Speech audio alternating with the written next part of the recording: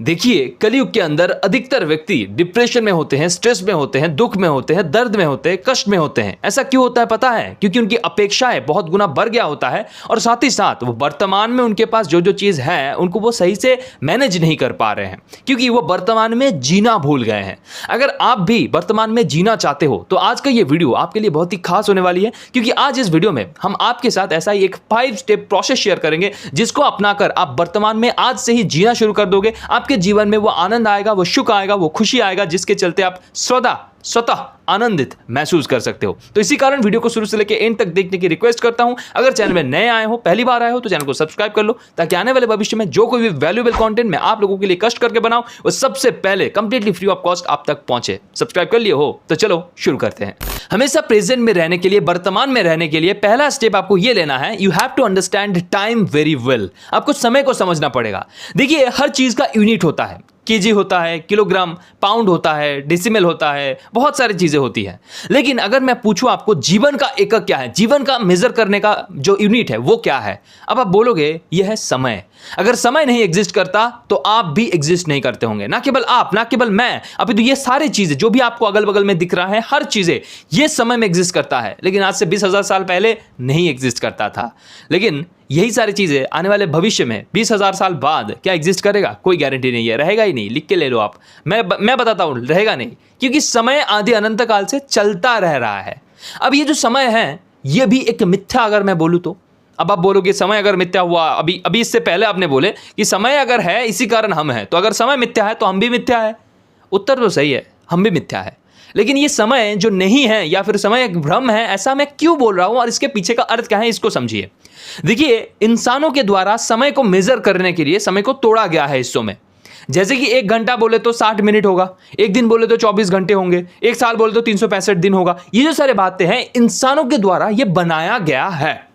लेकिन इन सारे चीजों को अगर हटा दिया जाए, इंसानों ने ये जो सारे नाम दिए हैं, इसको घंटा बोलते हैं, इसको मिनट बोलते हैं, इसको सेकंड बोलते हैं, इन सारी चीजों को हटाते हैं एक पल के लिए और समय को बस एक खाली कमरे में जाओ, अंधकार में चुपचाप बैठो और सोचो समय कहां है, समय कहां एग्जिस्ट करता है, समय कैसे हमको एग्जिस्ट करते हुए सहायता कर रहा है, अगर समय नहीं होगा तो हम कैसे विलुप्त हो सकते हैं। इन सारे बारे में सोचो जरा, तो आपको बोध होगा कि भाई समय तो आदि अनंत काल से चलता जा रहा है। हम तो बस एक पल के लिए यहाँ पे आए हैं, एक कण है, छोटे से कण हैं, और इसी के अंदर हमको कुछ दिख रहा है, कुछ महसूस हो रहा है, कुछ अनुभव हो रहा है, इसी के अंदर हम अपने आप को बहुत बड़ा मान रहे हैं। अब यहाँ पे आपको अपने आप को प्रश्न पूछना है, तो ये समय को कैसे हम रोक सकते हैं, कैसे हम बदल सकते हैं, कैसे हम मैनेज कर सकते हैं? नहीं, आपका प्रश्न ये होना ही नहीं चाहिए। आपका प्रश्न ये होना चाहिए कि समय को हम सबसे ज्यादा व्यवहार कैसे कर सकते हैं। इस दुनिया में जो व्यक्ति सफल होता है, अमीर होता है या फिर कुछ भी होता है, जो सक्सेस अचीव करता है ना, वो समय को यूटिलाइज करने के ऊपर बेस्ड है। वो समय को देख पाए या समझ को समझ पाए ये जरूरी नहीं है, लेकिन उसी समय को वो इस्तेमाल कैसे कर रहा है, व्यवहार कैसे कर रहा है, ये मैटर करता है। हमारा honourable prime minister Narendra Modi, जो जैसे वो 24 घंटे में एक दिन होता है उनका, वैसे मेरा भी होता है, आपका भी होता है। लेकिन उस 24 घंटे में उन्होंने क्या काम करता है, वो जो प्रोडक्टिव काम करते हैं वो मैं नहीं करता हूं, इसी कारण मैं उनके जगह में नहीं हूं। और ऐसे ही आप भी उनके जगह में इसलिए नहीं हो, मेरे जगह में इसलिए नहीं हो क्योंकि आप वो प्रोडक्टिविटी नहीं दे पा रहे हो। और ऐसा कब संभव होगा? जब आप वर्तमान में जियोगे, जब आप समय को समझोगे। भाई, जो अगर हम अतीत को देखेंगे, अतीत में क्या क्या घटित हुआ था या भविष्य में जो जो चीजें घटित होगा, अतीत में देखोगे उसको आप नियंत्रण नहीं कर सकते हो, वो घट चुका है, चाहकर भी उसे आप बदल नहीं सकते हो। लेकिन जो भविष्य में होने वाला है उसको तो आप बदल सकते हो। हाँ, आप सोच सकते हो, बदल तो सकते हो काम करके, लेकिन उसको बदलने के लिए काम जो करना पड़ेगा वो आपको वर्तमान में करना है। भविष्य में आप काम करोगे कि नहीं उसका कोई गारंटी नहीं है। 2 पल बाद आप मर सकते हो, 2 पल बाद आपकी तबीयत खराब हो सकती है, एक्सीडेंट हो सकता है, आप पंगुर हो सकते हो, कुछ भी हो सकता है भाई। इसी कारण भविष्य के बारे में जो कुछ भी आप सोच रहे हो, इट्स कल्पना, इट्स अनुमान। आप बस प्लानिंग कर सकते हो, नथिंग एल्स। तो इसी कारण जो चीज आप नियंत्रण नहीं कर सकते हो, आप अतीत को नियंत्रण नहीं कर सकते हो, आप भविष्य को नियंत्रण नहीं कर सकते हो, आप जो चीज कर सकते हो प्रेजेंट में जी सकते हो, रह सकते हो, यूटिलाइज करके कुछ बड़ा कर सकते हो। इसके ऊपर ध्यान क्यों नहीं है आपका? प्रेजेंट में जीने के लिए समय को समझ लिए कि भाई समय ऐसे आदि अनंत काल तक चलता रहेगा, इसमें हमारा वजूद आएगा, मिटेगा, लेकिन यहां पे इस समय को हमको यूटिलाइज करना है और यूटिलाइज करने के लिए हमको वर्तमान में रहना जरूरी है। अब आपका दूसरा स्टेप यह है कि आपको अपने मन को अपना दास बनाना है। कई बार अधिकतर व्यक्ति अपने मन को, अपने विवेक को, अपने विचारों को अपना वास्तविक स्वरूप मान लेता है। ऐसा क्यों है? देखिए, कई बार हमको लगता है ना, उसने हमारे साथ ऐसे कैसे व्यवहार कर दिया, कौन दे रहा है इतना हिम्मत, कहां से आ रहा है इतना साहस, मेरे से ऐसे बात करता है वो। ये ईगो होता है, ये अहंकार होता है, ये ममत्व का भाव होता है कि मैं ही सर्वोत्तम हूं, मैं ही सर्वशक्तिशाली हूं। लेकिन ये जो भाव होता है ना, ये खुद के बारे में नहीं होता है, ये मन का भाव होता है।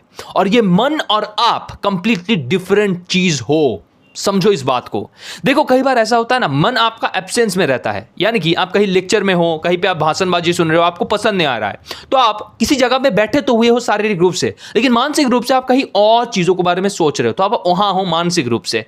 उसी प्रकार कई बार मन पूरी तरीके से शट डाउन हो जाता है। जब आप मूर्छा जाते हो तब भी आप जीवित रहते हो, यानी कि मन, यानी कि आप नहीं हो। मन is equal to not you. मन कई बार शट डाउन हो जाता है, स्थिति, आपका जो यादें हैं वो भूल जाते हो, आप कैसे बात करते, कैसे खाना खाते, वो सब भूल जाते हो, लेकिन आप जीवित रहते हो, यानी कि मन आप नहीं हो। इससे बड़ा जो चीज है आत्मा, जो विवेक से भी परे, बुद्धि से भी परे, आपके हृदय से भी परे, वो है आत्मा। जो परमात्मा की अंश है वो आप हो। उसको कई लोग बोलते हैं ये ऊर्जा है, ये शक्ति है, शक्ति ही आत्मा है। मैं बोलता हूं नहीं, शक्ति आत्मा नहीं है, कॉन्शियसनेस, जागरूकता ही आत्मा होती है। अब देखो, एक मोबाइल के अंदर बहुत सारे लोग बोलते हैं मोबाइल में अगर चार्ज नहीं होगा मोबाइल चलेगा नहीं। ठीक है, मोबाइल को आप चार्ज भी दे देते हो, फुल चार्ज हो जाता है, लेकिन नहीं चलता। क्यों? क्योंकि उसका अंदर ऑपरेटिंग सिस्टम अगर नहीं होगा तो नहीं चलेगा। तो मैं बोलता हूं आत्मा वो ऑपरेटिंग सिस्टम है। अब जो चार्ज बोल रहे हो ना, ये खाना खा रहे हो, ऊर्जा बन रही है, रातों में आप जब सो रहे हो तब कॉस्मिक जो एनर्जी आपके पास आ रहा है वो एक एनर्जी है। तो सारे एनर्जी चलाकर वो ऑपरेटिंग सिस्टम है, इसी कारण वो चल रहा है। जिस दिन ऑपरेटिंग सिस्टम क्रैश हो गया पूरा, और ये क्रैश होता नहीं, ये दोबारा रिफ्रेम हो सकता है, ये किसी और फॉर्म में डाला जा सकता है, तो ये ऑपरेटिंग सिस्टम होता है जो आपको चला रहा है। और ये जो ऑपरेटिंग सिस्टम है ना, ये कनेक्शन के द्वारा, जो जहां पे मेन सोर्स है उसके साथ भी कनेक्टेड है। उसी प्रकार आपका जो आत्मा है वो परमात्मा की अंश है और पूरी तरीके से कनेक्टेड है। अब ये आत्मा ना जो है, जो जीव है, जो चेतन है, जो चैतन्य रूप है, वो हर जगह पे विद्यमान है। जो कॉन्शियसनेस है वो हर जगह पे विद्यमान है। एक पत्थर में भी है, जल में है, नदी में है, हर जगह पे है। तो इस कारण बोला जाता है भाई आप हर चीज में विद्यमान हो। आप जो वास्तविक स्वरूप में आ जाते हो ना, तब आप हर चीज में होते हो, आप वो सब कुछ हो। जिसके साथ आप लड़ाई कर रहे हो, जिसके बारे में आप उल्टा सीधा बुरा भला कह रहे हो, वो आप ही हो, आप ही का एक स्वरूप है। बस आप चाह कर भी लड़ाई कर नहीं पाओगे।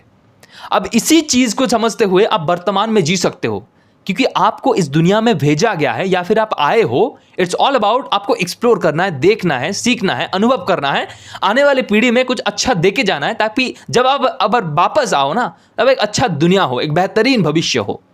इस चीज को जब आप समझ जाते हो, आप अकारण किसी के साथ लड़ाई झगड़ा नहीं करते हो। कूट देना, मार देना, पिटाई कर देना, उल्टा सीधा बोल देना, ये बहुत ही आसान चीज होता है, बच्चे करते हैं ऐसे। लेकिन जब आप इस चीज को समझते हो, भाई जिसको कह रहे हो वो भी आप ही हो, तो उसी समय आप उसको बोध तो करवा नहीं सकते हो। कई बार ऐसा होता है कि वो सुनने की स्थिति में नहीं होता है, तो चुपचाप सुनो, उसको रियलाइज करो। आपके अहंग जो है, आपका जो आत्मा है, उसको बोलो भाई ये जो अहंग है इसको कंट्रोल में रखो, चुपचाप शांति में बैठो, क्योंकि तुम जानते हो तुम कौन हो। तुम वही हो जो आपके सामने है। उल्टा सीधा कर रहा है, उसको बोध करवाने की आवश्यकता है कैसा, लेकिन अभी अगर करवाने जाओगे तो उचित नहीं होगा। तो दिमाग से काम लो, विवेक से काम लो, अपने आत्मा को और ये जो अहम भाव है उसको कंट्रोल करने को बोलो। ठीक है, अब आपका तीसरा स्टेप ये है कि आपके इमोशंस को बैलेंस में रखो। ऐसा क्यों है? देखिए, इंसान अर्थात इमोशनल क्रिएचर, हमारे माँ बाप होते हैं, हमारे परिवार होते हैं, हम उनको बहुत प्रेम करते हैं। अगर हमारे परिवार की कोई सदस्य जो हमको दिल से बहुत ज़्यादा प्रेम करता था, हम भी जिनसे बहुत प्रेम करते थे, उनका अगर अचानक देहांत हो जाता है, दुख होता है, दर्द होता है, आंसुओं की बाढ़ आ जाती है। सच है, ये वास्तविक है ये। लेकिन इसके साथ हम पूरा जीवन भर बिता तो नहीं सकते ना। हर दिन तो हम रोते नहीं है ना, हम मानते हैं दुख होता है, कष्ट होता है, लेकिन हमको एक्सेप्ट करना पड़ता है, ये रियलिटी है।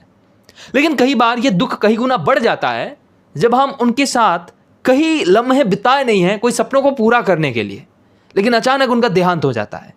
हम कोई वचन दिए थे उनको, कोई सपना दिखाए थे, लेकिन पूरा नहीं कर पाए। हमने उनसे कुछ क्षमा मांगना था, लेकिन मांग नहीं पाए। अचानक से वो खुद हमको छोड़ के चले गए। दुख कहीं गुना ज़्यादा बढ़ जाता है। अपने आप को माफ़ी मिलता नहीं है अपने आप से ही। खुद ही बोलते भाई माफ़ नहीं कर सकते, तेरा ये व्यवहार जो था ना वो अच्छा नहीं था, वो सूचित नहीं था। कि जो दुख है, दर्द है, हम समझते हैं, लेकिन बात यह है कि जीवन यहाँ पे रुक तो नहीं गया ना, और ना ही रुकना चाहिए। जीवन चलता रहने का नाम है, और जो चला गया है, जो छोड़ के गया है, या फिर जीवन से या फिर आपकी दुनिया से, उनका यही प्रारब्ध था। उनको यही चाहिए था कि भाई आपको ये प्रॉमिस अधूरा छोड़ के ही उनको जाना था, क्योंकि उनका समय हो चुका था, उनका काम हो चुका था, उनकी शारीरिक रूप से जो चीज़ था वो चला गया है। अब वो नए शरीर धारण करके दोबारा आएंगे ना इस दुनिया में, उनके लिए एक बेहतरीन दुनिया बनाना आपका मकसद होना चाहिए। उनके लिए कुछ अच्छा करना, जो प्रॉमिस किए थे, जो वचन दिए थे, उसको करना है। और क्षमा करना वो बड़े व्यक्तियों का काम होता है, बच्चों का काम नहीं है क्षमा करना। सामर्थ्य चाहिए होता है, शक्ति चाहिए होता है, अपने अंदर वो जुनून होना चाहिए, सीने में वो दिल होना चाहिए। भाई आप किसी को क्षमा करो, अपने आप को भी अगर क्षमा करना है ना, हिम्मत चाहिए होता है सर।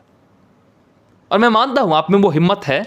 इमोशनल जो पेन्स है उसके साथ आप लड़ सकते हो, पर ये बात मानना पड़ेगा, ये बात सच है, दुख होता है, दर्द होता है जब तक हम उसके साथ अटैच्ड फील करते हैं।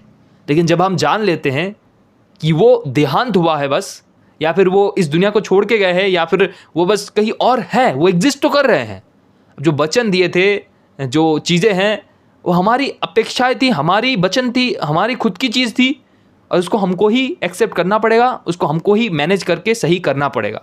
You have to take the action. जब आप ये लेते हो तब आप वर्तमान में काम करना शुरू करते हो, और इसके चलते आप अतीत या भविष्य के पूरे ये जो बंधन है इससे बाहर आ जाते हो। अब आपका चौथा स्टेप ये है कि आपको वर्तमान में जीना है। ये कैसे, मैं बताता हूं। देखिए, अधिकतर व्यक्ति कॉन्शियस ही नहीं है, जागरूक ही नहीं है कि वो वर्तमान में नहीं, या फिर अतीत में, या फिर भविष्य में जी रहा है। ऐसा क्यों है? देखिए, बहुत सारे व्यक्ति योजना बनाते हैं, प्लान करते हैं कि हम यहाँ पे टूर में जाएंगे, यहाँ पे इतना पैसा कमाएंगे, यहाँ पे व्यापार बनाएंगे, यहाँ पे हम अपना शॉपिंग मॉल खोलेंगे, ये वगैरह वगैरह, फलाना ढिमकाना, बहुत सारी चीजें वो सोचता रहता है जो भविष्य में घटित होगा कि नहीं कोई नहीं जानता, वो अनुमान है, कल्पना है, बस फिजूल की बातें हैं। वर्तमान में आप उसके लिए क्या करते हो, दैट रियली मैटर्स। लेकिन उसमें हम नहीं जाते हैं। अभी कुछ लोग ऐसे भी होते हैं जो अतीत में झांक के देख रहे हैं, या फिर हमारे अच्छे लम्हे थे उसको बार बार याद करो, अच्छा रहो, या फिर कुछ बुरा यादें हैं जिसको लेके वो रोता रह रहा है, स्टेटस दे रहे हैं सैड, मेरे साथ बुरा हुआ, मेरे साथ धोखा हुआ, मेरे साथ ये हुआ, फलाना ढिमकाना, और रो रहा है। या फिर इतिहास की पन्ने बस उल्टे जा रहे हैं, पता बस पढ़ना है, पढ़े जा रहा है, कुछ कर नहीं रहा है, वो पढ़े जा रहा है, जान रहा है, सीख रहा है, याद कर रहा है, रिमेंबर कर रहा है, उससे कुछ नहीं होता। वर्तमान में अगर जीना है, इन दोनों से आपको सीख लेने पड़ेंगे, अतीत और भविष्य दोनों से आपको सहायता लेना पड़ेगा। मैं मानता हूं ये समय के नाम पे ये जो अतीत है, भविष्य है, वर्तमान नहीं है, कुछ भी एग्जिस्ट नहीं करता, लेकिन बताना पड़ता है साहब। जैसे एक सूरज उगता है ना पूर्व दिशा से, आप बोलते हो, भले ही सबको पता है भाई सूरज उगता नहीं है, धरती घूमता है, लेकिन बोलने के लिए सूरज पूर्व दिशा से उगता है। उसी प्रकार समय को अगर समझना है तो पास्ट, प्रेजेंट, फ्यूचर तीनों को ही आपको समझना पड़ेगा। जो वर्तमान है उसको आप कैसे यूज करोगे, सबसे ज्यादा कैसे यूटिलाइज करोगे, उसको समझो। देखो, आपका जो दिमाग है ना, वो एनालाइज करना जानता है, वो एनालाइज करता है कि अतीत में क्या क्या घटित हुआ था। तो अतीत को जब कोई अच्छे से देख लेता है ना, पॉसिबिलिटीज होता है, 80% पॉसिबिलिटीज होता है कि वैसा ही भविष्य में रिपीट हो। तो इस कारण अतीत को जानना चाहिए। लेकिन क्या होता है कि हम तैयार नहीं होता, हम कॉन्शियस नहीं होता है कि अतीत में जाके हम करेंगे क्या। इसीलिए हम अतीत में ऐसे ही जस्ट खिड़की को देख रहे थे, अचानक सोचते लगे कि अतीत के बारे में ये हुआ था, इसके चक्कर में हम फंस जाते हैं। लेकिन अगर आप कॉन्शियसली ये जानते हो कि अतीत में हमको ढूंढना क्या है, अतीत में हम पीछे गोताखोरी तो कर रहे हैं, लेकिन सीखना क्या है, लर्निंग्स लेना है, मिस्टेक्स क्या थे उसमें समझना है, तो आप कंप्लीटली फोकस्ड होकर बस उसी जगह पे जाते हो कि वहां पे क्या किए थे, क्या गलतियां किए थे, उसको याद करते हो और लेके आते हो प्लान बनाने के वक्त। अब जो ये प्लान बनाओगे भविष्य के बारे में, भविष्य की परिकल्पना के अनुसार ही वर्तमान बनाए जाते हैं। देखिए, आज के सामने, आपके सामने जो मोबाइल है, जो कंप्यूटर है, जो भी सारी चीजें आप देख पा रहे हो, it's all about the results of अनुमान, परिकल्पना। ये एक समय ऐसा था जो ये सारे चीज एग्जिस्ट नहीं करता था धरती में, वो सारे कंपोनेंट्स थे, वो सारे चीजें थे, लेकिन उसको बनाया गया क्योंकि किसी ने परिकल्पना की, अनुमान किया कि ऐसा चीज हो सकता है। तो अनुमान का आवश्यकता है, लेकिन उसके बारे में उसी में जिंदा रहना उचित नहीं है। अनुमान करो, उसको लिखो, और कैसे करोगे, क्या क्या गलतियां आप पिछले किए थे अतीत में, उसको देखो, उसको लिखो, एंड देन प्रेजेंट में क्या क्या एक्शन लेना है उसको डिफाइन करो और उसको लो, तभी जाके आप वर्तमान में जी सकते हो। और कई बार अगर अतीत की यादें आपको तंग कर रही है तो अतीत में जाओ, उस समय में सोचो उस बारे में, और वहां पे जाके छेड़खानी करो, वहां पे जाके परिवर्तन करो, जो गलतियां आपने किए हो वहां पे उसको रिप्लिकेट करो, अंदर ही अंदर, मन के अंदर बोलो कि भाई उस जगह पे मैंने इसको सही कर दिया था। बस ये बोल देने से बार बार इसको आप मन के अंदर अपने आप को जुटला सकते हो। अतीत को आप बदल नहीं सकते हो रियलिटी के अंदर, लेकिन अतीत जो बीत गया है उसको आप कोई दिखा भी नहीं सकता, कोई बोल भी नहीं सकता। इस कारण आपके मन के अंदर अगर वो कंफ्यूजन क्रिएट कर रहा है, उसको निपट दो, उसको मन के अंदर ही मार दो कि भाई गलती था लेकिन मैंने सुधार लिया। Now last but not the list, the fifth step is आपको एक्सेप्ट करना है चीजों को, सत्य को एज इट इज, जैसा वो है वैसे ही। और दूसरी बात, आपको सरेंडर करना पड़ेगा समय की गति के सामने। देखिए, इससे पहले भी मैंने बताया था कि समय जो चीज है वो भ्रम है। आप कोई काम को 2 घंटे में करते हो, मैं उस काम को 3 घंटे में करता हूं, लेकिन जो काम आप करते हो उससे कहीं गुना ज्यादा क्वालिटी में डिलीवर करता हूं। तो वैसे में मेरा ये जो चीज है ना, ये आदि अनंत काल तक कुछ पल ज्यादा चल सकता है। आदि अनंत काल तक नहीं चलेगा, हो सकता है, लेकिन अगर आपकी काम 50 साल चलता है, मेरी काम 200 साल चल सकता है। तो इसी कारण ये जो समय नामी जो चीज है ना, इसकी बहाव के सामने अपने आप को फेंक दो कि भाई जो चीज मैं अभी आपको कह रहा हूं ये आपके लिए वर्तमान है, लेकिन ये मेरे लिए वर्तमान नहीं, ये अतीत है, मेरा घटित हो चुका है। मैं जो बात कह रहा हूं दिल के अंदर, मन के अंदर मैं सोच रहा हूं, उसके बाद कह रहा हूं, तो ये जो कह रहा हूं इस टाइम से, ये जो आप सुन रहे हो इस टाइम में बहुत फासला है, ये अतीत हो चुका है इसी टाइम के अंदर। तो इसीलिए आपको इस समय के चक्कर में पड़ना ही नहीं है। आपको समय की बहाव को एक्सेप्ट करना है कि समय चलता जाएगा, लेकिन हम अपना जो काम है उसमें सर्वोच्च निछावर करेंगे, सर्वोत्तम देने की प्रयास करेंगे, अपना बेस्ट देंगे, एंड देन समय उसको अविनश्वर रखे या ज्यादा दिन टिकाए, वो उसकी मर्जी। समय के सामने सरेंडर करना है। ये चीज जब आप कर लेते हो ना, समय आपको प्रेम देता है, समय आपको वो कर्म की फल देता है, और उसी के चलते आपका जीवन में वो सब कुछ मिल जाता है जो आपने खोए थे, उससे भी कहीं गुना ज्यादा मिलता है आपको। देखो, जब आप दुनिया में आते हो, कुछ ना लेके आए थे, ना कुछ लेके जाओगे आप, लेकिन जो कुछ भी इस दुनिया में आपको मिल रहा है वो सारी चीजें आप पा रहे हो। आपके रिश्तेदार, आपके दोस्त, आपके दुख दर्द कष्ट, सब कुछ इस दुनिया ने आपको दिया है, तो उसको एक्सेप्ट करो ना। दिक्कत क्या है बात, ठीक है? इस चीज को जब आप समझ जाते हो, तब आपके अंदर वो दुख नहीं होता, दर्द नहीं होता, कष्ट नहीं होता। जो भी होता है भाई एक्सेप्ट करो दिल खोल के। भाई समय ने हमको बहुत कुछ दिया है, आनंद दिया है, सुख दिया है, उसके साथ तो दुख तो थोड़ा दे रहा है, और वो जो दुख दे रहा है ना, वो खुद से नहीं दे रहा है, वो आपकी अपेक्षाएं दे रही है। जिस दिन आपने अपेक्षाएं छोड़ दिया कि भाई मेरे कुछ नहीं चाहिए, मुझे कुछ किसी से कुछ नहीं चाहिए, ये दिल से जब आपके आवाज आएंगे, तब आप लोगों को देना शुरू करते हो ना, तब भी आप दोगे। ऐसा नहीं है कि मुझे कुछ नहीं चाहिए तो मैं भी कुछ नहीं दूंगा। जब कोई व्यक्ति देता है तब उसका मूल्य बढ़ता है। मूल्य अपना बढ़ाओ, लोग आपको मांगेगा, लोग आपको इज्जत देगा, लोग आपको प्रेम देगा, वो सब कुछ देगा, बिना मांगे ही देगा। बस देना शुरू करो यार। और इसी के साथ साथ समय को समझते हुए, अगर आप बहुत पैसा कमाना चाहते हैं, अमीर होना चाहते हैं, देन मेरा बनाया हुआ मनी बेसिक्स कोर्स आपको डेफिनेटली हेल्प कर सकता है, क्योंकि वहां पे बताया गया है पैसा काम कैसे करता है, पैसों के बारे में हमारा सोच हमें कैसे इंपैक्ट करता है, पैसों के बारे में कैसा सोच होनी चाहिए, कौन कौन से स्ट्रेटजीज को अपनाने चाहिए, कौन कौन से प्रिंसिपल्स हमेशा पैसों के ऊपर काम करते हैं। ऐसे हजारों चीजें जो वहां पे मैंने उस कोर्स के अंदर बयां किया है। कोर्स के अंदर डिटेल क्या है आप जानना चाहते हो, नीचे डिस्क्रिप्शन पे लिंक है, आप पीडीएफ को डाउनलोड करो, पढ़ो, और उसके बाद अगर आपको लगे you are perfect fit for it, you are eligible for it, then definitely you can go for the pre launch offer. Pre launch offer चल रहा है पहला 30 व्यक्तियों के लिए, ठीक है? वहां पे 67% ऑफ भी चल रहा है। कैसे अवेल करवाओगे? पीडीएफ के अंदर एक जगह है जहां पे बुक माई सीट नाउ करके एक जगह है, उस पर टैप करने का, और आपको लिंक मिल जाएगा कहां पे आप पेमेंट करना है। पेमेंट करिए, देन हमारा टीम आपसे संपर्क करेगा, एंड जब लॉन्च होगा आपको वो कोर्स कंप्लीटली मिल जाएगा। उसी के साथ साथ बहुत सारे और भी एमिनिटीज आपको मिलेंगे, कुछ सुविधाएं आपको मिलेंगे, वो भी आपको बता दिया जाएगा। तो वीडियो कैसा लगा, कौन कौन सी चीज आपको बहुत अच्छे लगे, कमेंट में जरूर बताना। मिलता है अगली वीडियो में, तब तक के लिए अच्छे रहना। जय हिंद, जय भारत।